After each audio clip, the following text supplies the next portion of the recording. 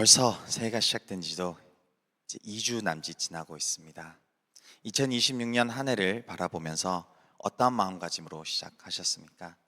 올해는 작년보다 조금 더 나은 삶이 되기를, 올해는 작년보다 조금 더 여유로운 삶이 되기를, 올해는 작년보다 더 평안한 삶이 되기를 모두 다 바라고 시작을 합니다. 우리에게 주어진 현실은 때로는 그렇지 않을 때가 참 많습니다. 그렇게 굳건히 마음을 먹고 올해는 더 행복하기라, 올해는 더 기쁘리라, 올해는 더 나은 삶을 살리라 라고 나아가 보지만 우리 눈앞에 보여진 현실들은 참 그렇지 않습니다. 그런데 주님의 약속의 말씀은 너무나도 다릅니다. 우리의 현실, 우리의 상황, 우리의 주어진 이 순간을 뛰어넘는, 무리를 걷는 그 은혜와 그 약속의 말씀을 통해서 우리의 기쁨이 충만케 된다라고 말씀하시는 거죠. 그 사실을 우리가 알기 위해서 우리는 요한 1서를 함께 쭉 살펴보기를 원합니다. 요한 1서가 쓰여진 목적이 있습니다. 두렵고 힘들고 혼란스러운 성도들을 향해서 하나님이 살아계시다, 예수님이 우리의 왕이시다, 예수님의 약속의 말씀이 신실하시다, 그것을 붙드는 자들에게는 참된 기쁨이 임한다. 그래서 오늘 말씀의 메시지는 당신은 혼자가 아닙니다. 이 말씀으로 요한일서 1장 1에서 4절 말씀을 함께 살펴보도록 하겠습니다. 태초부터 있는 생명의 말씀에 관하여는 우리가 들은 바요, 눈으로 본 바요, 자세히 보고 우리의 손으로 만진 바라. 이 생명이 나타내신 바 된지라. 이 영원한 생명을 우리가 보았고 증언하여 너에게 전하노니 이는 아버지와 함께 계시다가 우리에게 나타나신 바 된 이시니라. 우리가 보고 들은 바를 너에게도 전함은 너희로 우리와 사귐이 있게 하려 함이니 우리의 사귐은 아버지와 그의 아들 예수 그리스도와 더불어 누림이라. 우리가 이것을 쓰면 우리의 기쁨이 충만하게 하려 함이라. 폴 번연의 책 철로 역정을 읽어보셨습니까? 그 책을 보면은 크리스천이라는 주인공을 주제로 우리 인생을 스토리텔링 기법으로 그려줍니다. 철로 역정의 주인공 크리스천은 복음을 접합니다. 그 복음을 붙들고 깨닫고 이제 그 복음이 이끄는 대로 약속이 보여주는 그 약속의 땅을 나아가고자 그 여정을 떠납니다. 그래서 그 전체 여정을 그려주는 스토리가 바로 철로 역정인 것이죠. 약속의 말씀이 주어졌습니다. 기쁨의 땅으로 나아갑니다. 그런데 그 기쁨의 땅으로 나아가는 순간이 결코 순탄치 않습니다. 그 길을 가다 보면은 온갖 유혹과 거짓이 난무합니다. 길을 가다가 포기하라는 유혹들이 계속해서 들려옵니다. 길을 가다가 그 길이 아니라는 거짓이 계속해서 다가옵니다. 길을 가다가 두려움의 목소리도 들려와서 주저앉도록 하는 순간들도 찾아옵니다. 그럴 때마다 크리스천 주인공은 힘들어하고 어려워하고 좌절하고 두려워하는 모습들이 고스란히 그려진다 이것이죠. 이 철로역정의 크리스천 주인공은 바로 우리를 뜻하고 있습니다. 우리의 인생이 그와 같습니다. 예수님의 구원이 우리에게 임하였습니다. 그 약속의 말씀이 우리에게 다가왔습니다. 그러므로서 우리는 기쁨의 그 날, 예수님과 영원히 누릴 수 있는 그 기쁨을 향하여 날마다 나아가고 있습니다. 그런데 그 길이 결코 순탄치 않습니다. 그 길이 결코 기쁨의 길이 아니라고 계속해서 거짓을 던지는 유혹들이 참 많습니다. 그리고 우리가 이 길을 열심히 가려고 노력을 해도, 그 믿음을 굳건히 지키려고 해도 이 세상의 다른 유혹들이 우리의 마음을 뺏어버리도록 합니다. 더 나아가서 내가 그리스도인으로서 그 믿음을 지키려고 할 때에 때로는 외부적인 두려운 압박, 근심, 걱정, 염려가 나를 두렵게 하여 그 믿음을 내려놓도록 하는 순간들이 참 많다 이것이죠. 그 상황 가운데 우리의 믿음을 어떻게 다시 회복을 하는 것이며, 우리의 흔들렸던 그 믿음이 다시 하나님 앞에 기쁨으로 나아갈 수 있는 원동력이 되는 것은 무엇입니까? 그것을 오늘 사도 요한이 이 요한 1서를 통해서 우리에게 알려주고 싶은 마음입니다. 왜 그랬을까? 사도 요한이 이 서신서를 쓰게 된 계기를 알면 우리에게도 그 기쁨으로 다가올 수 있습니다. 1세기 로마 제국, 그때 당시에 살던 그리스도인들의 인생은 결코 순탄치 않았습니다. 매우 힘든 순간에 놓여 있었습니다. 당시 그 제국을 점령하고 담당하고 주관하고 있었던 황제 네로 황제는 그리스도인들을 핍박하고 있었습니다.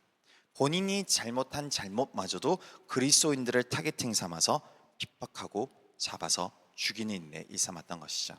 그래서 그리스도인이라고 본인이 칭했다면, 본인이 나타냈다면은 주변의 사람들이 찾아서 잡아 죽인 일에 가담했습니다. 왜? 황제가 그것을 명하였고 그렇게 했을 때 자기가 그것을 통해서 금전을 받을 수 있기 때문이었습니다. 즉 그 당시의 외부적인 두려움은 무엇이었나요? 생명의 위협이었습니다. 외부적인 두려움만 있었다면 그리스도인들이 똘똘 뭉쳐서 그 안에서 서로를 의지하며 살아갈 수 있었을 것입니다. 그런데 내부적인 문제도 존재했습니다. 그 당시 예수님이 십자가를 지셨다라는 그 가르침을 받아들이기 힘들어하는 사람들이 있었습니다.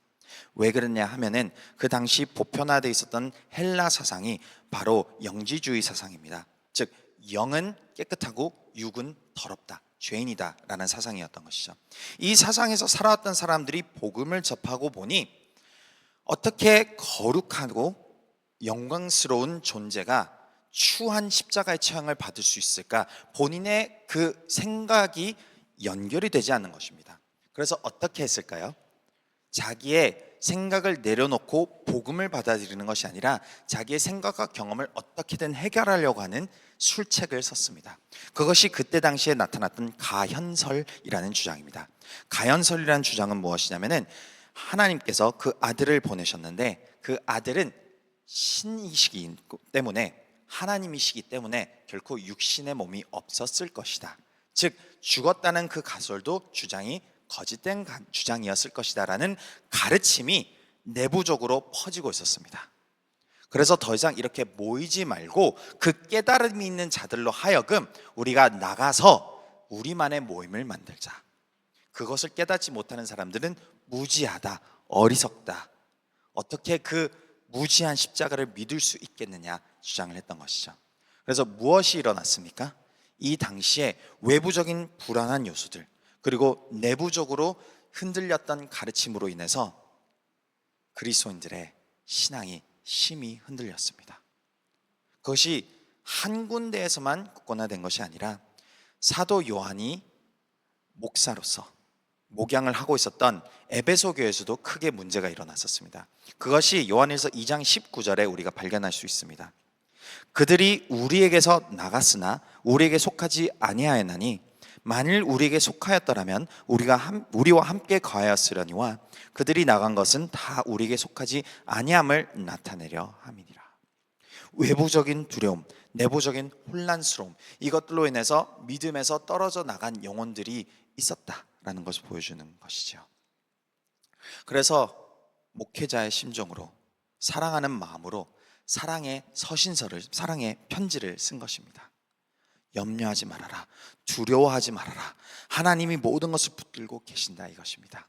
그래서 서신서 마지막 부분에 보면 어떻게 기록되어 있는 줄 아십니까? 5장 4에서 5절에 보면 무릇 하나님께로부터 난 자마다 세상을 이기느니라. 어떤 두려움이 너를 사로잡고 있느냐, 어떠한 염려와 걱정이 너의 마음을 짓누르고 있느냐, 하나님께로서 난 자, 구원에 들어간 자, 예수님으로부터 거듭난 자들은 세상을 이긴다. 세상을 이기는 승리는 이것이니 우리의 믿음이다, 이것입니다. 그래서 5절에 보니 예수께서 하나님의 아들이심을 믿는 자가 아니면 세상을 이기는 자가 누구냐. 우리의 인생 가운데 앞으로 올해에 다가올 여러 가지 염려, 걱정, 근심들을 이겨낼 수 있는 원동력과 힘은 무엇입니까? 예수가 하나님의 아들이심을 믿는 우리의 믿음인 줄 믿습니다. 그것을 사도 요한은 교회가 회복하기를 바랬던 것입니다. 외부적으로 내부적으로 흔들려 있는 그 신앙의 믿음이 예수 그리스도를 온전히 바라봄으로써, 그 약속을 온전히 붙듦으로써, 그 안에는 생명을 우리가 누림으로써 우리의 기쁨이 온전케 된다. 이게 서신서의 시작입니다. 1장 1절부터 사도 요한의 마음이 고스란히 전달됩니다. 다시 한번 1절부터 4절을 읽어드리겠습니다. 태초부터 있는 생명의 말씀에 관하여는 우리가 들은 바요, 눈으로 본 바요, 자세히 보고 우리의 손으로 만진 바라. 이 생명이 나타내신 바 된지라. 이 영원한 생명을 우리가 보았고 증언하여 너에게 전하노니 이는 아버지와 함께 계시다가 우리에게 나타내신 바 된 이시니라. 우리가 보고 들은 바를 너에게도 전함은 너희로 우리와 사귐이 있게 하려 함이니 우리의 사귐은 아버지와 그의 아들 예수 그리스도와 더불어 누림이라. 우리가 이것을 쓰면 우리의 기쁨이 충만하게 하려 함이라. 나의 신앙이, 나의 믿음이, 나의 인생이 많이 흔들리고 계십니까?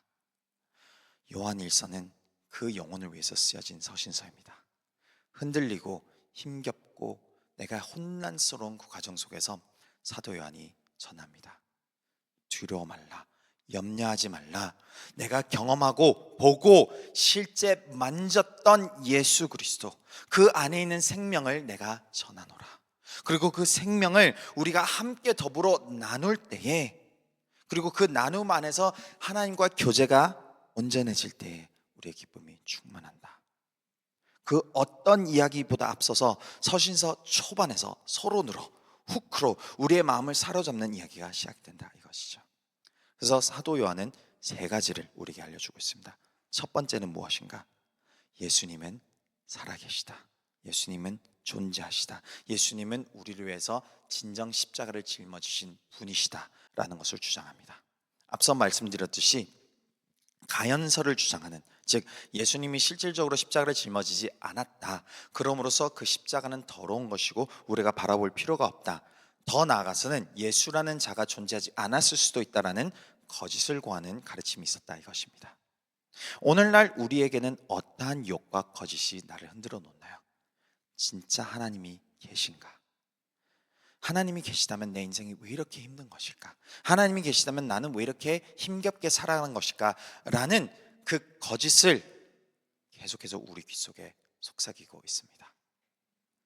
그럴 때 내 마음은 어떻습니까? 흔들립니다. 힘겨워합니다. 혼란스럽습니다. 내 현실을 보면 그렇게 보이거든요. 내 상황을 보면은 진짜 예수님이 계신가? 그런데 사도 요한은 말합니다. 그 혼란스러움을 이겨낼 수 있는 원동력은 무엇인가? 예수님이 진짜 살아계시다는 그 믿음, 그 믿음의 증거가 사도 요한이 본인한테 있다, 이것이죠. 자기 인생에서 그 흔적이 자기에게 다가왔고 그 흔적을 보여주는 것입니다. 예수님이 진짜 살아계신다. 그리고 예수님이 우리를 위해서 이 땅에 오셨다. 그 사랑이 우리에게 임했다. 그 사랑을 내가 나눠주고 있다, 이것이죠. 히브리서 12장 2절을 보면 믿음의 주여 또 온전하게 하신 이인 예수를 바라보자. 그는 그 앞에 있는 기쁨을 위하여 십자가를 참으사 부끄러움을 개의치 아니하시더니 하나님 보좌 우편에 앉으셨느니라. 우리를 위해서 십자가를 지시고 부활하셔서 하나님의 우편에 앉아 계시다. 이것은 명백한 사실입니다. 이 세상은, 악한 영은, 사탄은 늘 이 사실을 계속해서 교묘하게 거짓으로 바꾸려고 우리의 마음을 흔들어 놓습니다. 환경을 보고 상황을 보면서 하나님이 능력이 없으시다라고 계속해서 주장하려고 합니다. 그 주장을 이겨낼 수 있는 힘은 주님이 나를 위해서 십자가를 짊어지셨구나, 그 사랑이 얼마나 위대한지 주님 제가 다시 깨닫고 나아갑니다. 갈라디아서 2장 20절 보면 내가 그리스도와 함께 십자가에 못 박혔나니 그런즉 이제는 내가 사는 것이 아니요 오직 내 안에 그리스도께서 사시는 것이라. 이제 내가 육체 가운데 사는 것은 나를 사랑하사 나를 위하여 자기 자신을 버리신 하나님의 아들을 믿는 믿음 안에서 사는 것이라. 나의 혼란스러움, 나의 믿음이 흔들릴 때 나를 사랑하사 나를 위하여 자기 자신을 버리신 예수 그리스도를 바라보시길 바랍니다. 그 흔들리지 않는 명백한 진리를 우리가 다시 한 번 더 바라보고 붙들 때에 나의 흔들렸던 믿음이 회복이 되기 시작합니다. 그리고 두 번째는 바로 생명이신 예수님을 바라보라, 이것입니다. 그 모든 것을 경험한 사도 요한이 무엇을 주장합니까? 태초부터 계셨던 그 생명이, 그 생명의 말씀이 육신하여 우리에게 오셨다, 이것입니다. 누가 나의 생명을, 나의 인생을 주관하고 계십니까? 예수 그리스도가 나의 인생을, 나의 생명을 주관하고 계시다, 이것이죠. 1세기 그리스도인들에게는 너무나도 큰 핍박들이 찾아왔었습니다. 본인의 생명은 언제든 잡혀서 죽임당하는 것이 일상일 그런 상황이었습니다. 그럼에도 불구하고 사도 요한은 무엇을 말합니까? 설령 그런 상황이 우리에게 주어질지라도 결코 우리의 생명을 뺏을 수는 없다. 왜? 예수님이 우리의 생명의 주관자가 되시기 때문이다, 이것이죠. 오늘날 우리에게도 마찬가지입니다. 우리가 우리의 마음을 두렵게 하는 이유는 무엇입니까? 나의 생명이 위협받기 때문입니다. 나의 인생이 위협받기 때문에 내 마음이 흔들리고 힘들어지는 것입니다. 그런데 나의 인생을, 나의 생명을, 나의 삶을 주관하시고 붙드신 분은 누구이신가? 바로 예수 그리스도다. 지금 이 순간도 나를 붙들고 계시다. 나를 사랑하시기 때문에 나를 지금 한 걸음 한 걸음 모든 것을 주관해서 이끌고 계신다.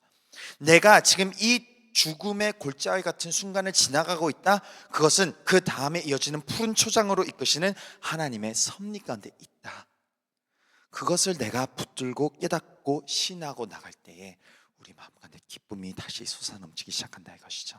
그래서 시편 27편 1절에 보면 여호와는 나의 빛이요 나의 구원이시니 내가 누구를 두려워하리요. 여호와는 내 생명의 능력이시니 내가 누구를 무서워하리요.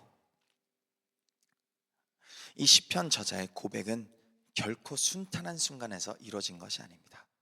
적들이 찾아오고 있을 때, 내 인생이 너무나 힘겹고 내가 주저앉을 수밖에 없을 때에 무릎 꿇고 하나님을 바라보면서 드리는 그 기도가 바로 여호와는 나의 빛이요 나의 구원이십니다.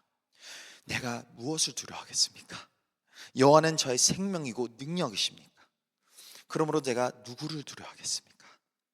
로마서 8장 38, 39절에 보면 내가 확신하노니 사망이나 생명이나 천사들이나 권세자들이나 현재일이나 장래일이나 능력이나 높음이나 깊음이나 다른 어떤 피조물이라도 우리를 우리 주 예수 그리스도 안에 있는 하나님의 사랑에서 끊을 수 없으리라. 하나님이 본인의 생명을 주시고 핏값을 치르신 우리의 그 삶, 우리의 인생은 결코 주님의 손에서 떠나갈 수 없습니다. 그러면서 주님의 자녀가 된 우리는 주님의 손에 있습니다. 지금 이 순간부터 로마 황제가 그 네로가 나의 인생을 좌지우지하는 것처럼 보입니까? 아닙니다. 결코 그렇지 않습니다. 하나님이, 예수님이 생명의 주관자이십니다. 오늘날 나의 인생 2026년 한 해를 보면서 내 앞에 두려움이 존재합니까? 나의 인생을 계속해서 흔들어 놓는 것처럼 보입니까? 아닙니다. 나를 주관하시는 분은 예수 그리스도입니다. 그것을 내가 붙들고 깨달을 때에 내 마음 가운데 다시 그 믿음이 솟아넘치기 시작한다, 이것이죠. 그런데 그것을 예수님을 바라봄으로써, 그 십자가를 바라보면서 그 안에 있는 생명을 우리가 붙듦으로써만 내 믿음이 굳건해지는 것 아닙니다. 세 번째, 3절에 무엇을 설명하는 줄 아십니까? 그 거룩한 사귐이 있어야 된다라고 설명을 합니다.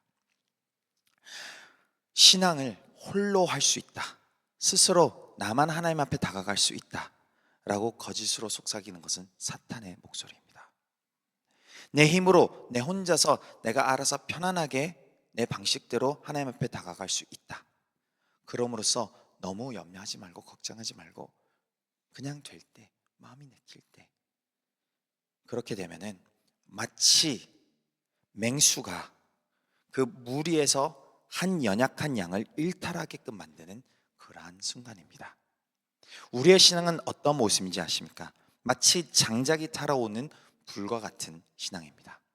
그 장작들이 함께 모였을 때는 열심히 활활 타오를 수가 있습니다. 그러나 그 장작 한 조각을 떼내어서 따로 떼어놓으면 어떻게 되는 줄 아십니까? 그 불은 금방 식습니다. 3절에 보면 사도 요한은 하나를 매우 강조합니다. 우리가 하나님과 교제하는, 여기에서 헬라어로는 코이노니아, 그 깊은 교제, 날마다 동행하는 교제가 이루어진 것이 우리가 나눠주기를 원한다. 함께 동행하기를 원한다. 아버지와 아들이 함께 하시는 것처럼 그 놀라운 은혜가 우리와 함께 하심으로 그것이 교회와 공동체와 그리스도인들의 하나됨으로써 이루어짐으로써 우리의 믿음이 굳건히 지켜진다, 이것이죠. 전도서 4장 12절 말씀을 보시기 바랍니다. 한 사람이면 패하겠거니와 두 사람이면 맞설 수 있나니 새 겹줄은 쉽게 끊어지지 아니하느니라.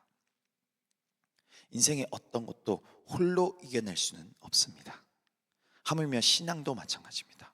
마태복음 18장 20절을 보면은 두세 사람이 내 이름으로 모인 곳에는 나도 그들 중에 있느니라. 사도 요한은 성도들에게 알려주고 싶었습니다. 너의 신앙을 지키는 그 힘, 십자가를 지신 예수를 바라보고 그 안에 있는 생명을 바라보되 그것이 함께 모여서 서로 권면하고 나누고 연약한 자가 있으면 일으켜 세워주고, 내가 하나님을 경험했으면 그 경험한 하나님을 또 간증하고, 오늘 그 주님의 흔적이 제 삶 가운데 이렇게 임하셨습니다. 그 간증을 들음으로써 내 마음은 다시 회복이 되는 것입니다. 아, 그렇구나. 결코 거짓이 아니구나. 저렇게 역사하신 하나님은 내 삶 속에서 임하실 수 있구나. 그 기쁨이 다시 솟아 넘치는 것이죠. 이렇게 서신서를 시작한 이유는 무엇입니까? 요한일서 1장 4절에 보니 우리가 이것을 쓰면 우리의 기쁨이 충만하게 하려 함이라. 결코 나의 기쁨을 없애려는 것 아닙니다. 내가 내 자신을 희생함으로써 바닥에 엎드려서 이제는 저를 포기합니다 라는 것이 아닙니다. 예수님도 우리에게 말씀하십니다. 나를 위해서 살면은 그 생명은 잃어버립니다.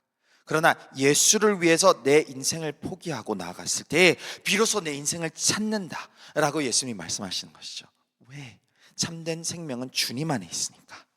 그럼으로써 우리의 가장 큰 기쁨은 무엇입니까? 예수님을 바라보고 그 안에 있는 생명을 우리가 누리면서 그것을 공동체 가운데서 원동력과 힘을 받아서 내 믿음을 지켜나가는 것입니다. 그럴 때 내 기쁨이 충만케 되는 것이죠.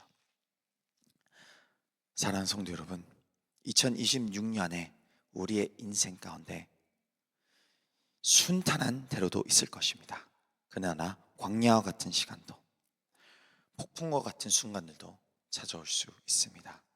그러한 순간 가운데 내 인생과 내 마음의 내 중심이 늘 기쁨으로 충만할 수 있는 놀라운 방법은 결코 우리가 혼자가 아니라는 것, 하나님이 나를 너무 사랑하시기 때문에 십자가를 지셨다는 것, 그 생명이 우리에게 다가오셨다는 것, 그것을 성령님이 우리 안에서 계속해서 알려주고 계시고 계속해서 우리를 이끌고 계신다는 것. 그런데 그것이 나 홀로 신앙생활을 하는 것이 아니라 하나님께서 공동체를 허락하셔서 그 공동체 가운데 함께 세워나가는 것. 우리가 그 믿음을 지켜나갈 때에 어떤 순간 가운데도 우리는 기쁨이 충만할 수 있습니다. 사막 가운데 단비를 허락하신 주님, 광야 가운데 길을 내시는 주님, 폭풍 가운데 물 위를 걷게 하시는 주님의 놀라운 은혜가 우리 삶 가운데 임하는 줄 믿습니다. 느헤미야 8장 10절 말씀 보면은 후반부에 이렇게 기록이 되어 있습니다. 근심하지 말라. 여호와로 인하여 기뻐하는 것이 너희의 힘이니라. 근심하지 마시기를 주님의 이름으로 소망합니다. 우리의 힘은 무엇입니까? 여호와로 인하여 기뻐하는 것. 그 기쁨이 오늘 말씀을 통해서 2016년 한 해를 바라볼 때 우리 마음 가운데 뿌리가 내어서 30배, 60배, 100배의 결실을 맺는 놀라운 은혜의 시간이 되시기를 소망합니다.